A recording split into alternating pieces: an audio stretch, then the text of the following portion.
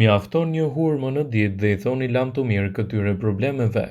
Hurmat janë të pasura me rreth 80% ujë, por edhe fibra, vitamina dhe kripra minerale si potasi, kalciumi, kaliumi e të tjera.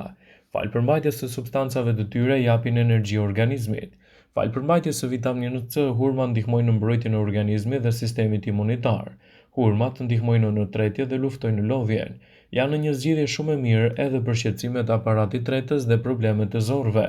Ato janë efektive edhe si laksativ. Ndër të tjera, hurmat kanë efekte pastruese dhe diuretike, kjo për shkak se përmbajnë kalium.